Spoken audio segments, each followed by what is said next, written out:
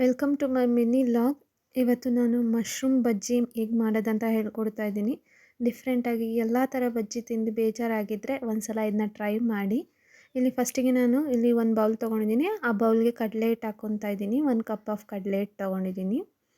ಮತ್ತು ಇಲ್ಲಿ ರವೆ ತೊಗೊಂಡಿದ್ದೀನಿ, 2ರಿಂದ 3 ಸ್ಪೂನ್ ರವೆ ತೊಗೊಂಡಿದ್ದೀನಿ. ಮತ್ತು ಅಕ್ಕಿ ಹಿಟ್ಟು ತೊಗೊಂಡಿದ್ದೀನಿ 2 ಸ್ಪೂನು. ಮತ್ತು ಇಲ್ಲಿ ಚಿಲ್ಲಿ ಪೌಡರ್ ತೊಗೊಂಡಿದ್ದೀನಿ 2 ಸ್ಪೂನು. ಮತ್ತು ಇಲ್ಲಿ 1 ಸ್ಪೂನ್ ಜೀರಿಗೆ ತೊಗೊಂಡಿದ್ದೀನಿ. ಇದನ್ನು ಚೆನ್ನಾಗಿ ಮಿಕ್ಸ್ ಮಾಡ್ಕೊತಾ ಇದ್ದೀನಿ. ಈವನ್ ಆಗಿ ಮಿಕ್ಸ್ ಮಾಡ್ಕೊತೀನಿ. ಇಲ್ಲಿ ಟೀ ಸ್ಪೂನ್ನಷ್ಟು ನಾನು 1.5 ಟೀ ಸ್ಪೂನಷ್ಟು ಸಾಲ್ಟ್ ಹಾಕ್ಕೊಂಡಿದ್ದೀನಿ. ಮತ್ತು ಇಲ್ಲಿ ಹಿಂಗೆ ಹಾಕ್ಕೋತಾ ಇದ್ದೀನಿ. ಹಿಂಗೆ ಹಾಕ್ಕೊಳ್ಳೋದ್ರಿಂದ ತುಂಬಾ ಟೇಸ್ಟಿಯಾಗಿರುತ್ತೆ ಮತ್ತು ಗ್ಯಾಸ್ಟ್ರಿಕ್ ಆಗೋಲ್ಲ ಅನ್ನೋದಕ್ಕೋಸ್ಕರ ಹಿಂಗೆ ಹಾಕ್ಕೊತಾ ಇದ್ದೀನಿ. ಮತ್ತು ಸ್ವಲ್ಪನೇ ನೀರು ಹಾಕ್ಕೊಂಡು ಬಜ್ಜಿ ಅದಕ್ಕೆ ಕಲಿಸ್ಕೊತಾ ಇದ್ದೀನಿ. ನಮಗೆ ಯಾವ ಥರ ಗಟ್ಟಿ ಬೇಕೋ ಅದಕ್ಕೆ ಕಲಿಸ್ಕೊತಾ ಇದ್ದೀನಿ. ಮತ್ತು ಇಲ್ಲಿ ಮಶ್ರೂಮ್ನ ತೊಳೆದು ಇಟ್ಕೊಂಡಿದ್ದೀನಿ ಬಜ್ಜಿ ಹಾಕ್ಕೊಳ್ಳೋದಕ್ಕೆ. ಇಲ್ಲಿ ಎಣ್ಣೆ ಕಾಯೋದ ನಂತರ ಇಲ್ಲಿ ನಾನು ಬ್ಯಾಟರ್ ಇಟ್ಕೊಂಡಿದ್ದೀನಿ ಮತ್ತು ಇಲ್ಲಿ ಮಶ್ರೂಮ್ ಇಟ್ಕೊಂಡಿದ್ದೀನಿ.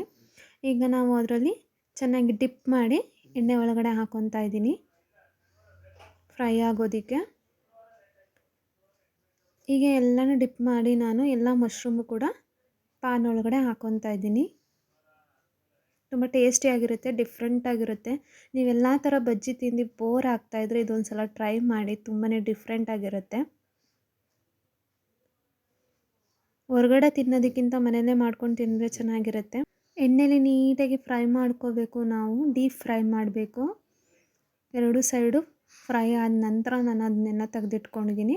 ಮತ್ತು ಇದಕ್ಕೆ ಕರ್ಬೇವಿನ ಸೊಪ್ಪು ತುಂಬ ಟೇಸ್ಟಿಯಾಗಿರುತ್ತೆ ಬಜ್ಜಿ ಮೇಲೆ ಹಾಕ್ಕೊಳ್ಳೋದಕ್ಕೆ. ಡಿಫ್ರೆಂಟಾಗಿ ತುಂಬ ಟೇಸ್ಟಿಯಾಗಿ ಈವ್ನಿಂಗ್ ಸ್ನ್ಯಾಕ್ಸ್ಗೆ ರೆಡಿಯಾಗಿದೆ ಇಲ್ಲಿ ಮಶ್ರೂಮ್ ಬಜ್ಜಿ.